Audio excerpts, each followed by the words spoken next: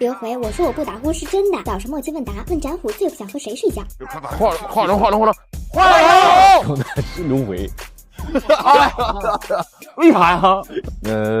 打呼了，我不打呼了。晚上5个人挤一块睡觉，反而是刘回熬夜到清晨，为什么？因为展虎在旁边磨牙。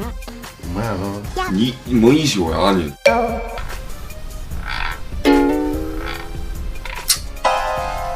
别咬牙了，兄弟。扣扣在旁边打呼，扣扣给他们打呼噜，扣扣睡觉还发银件呢。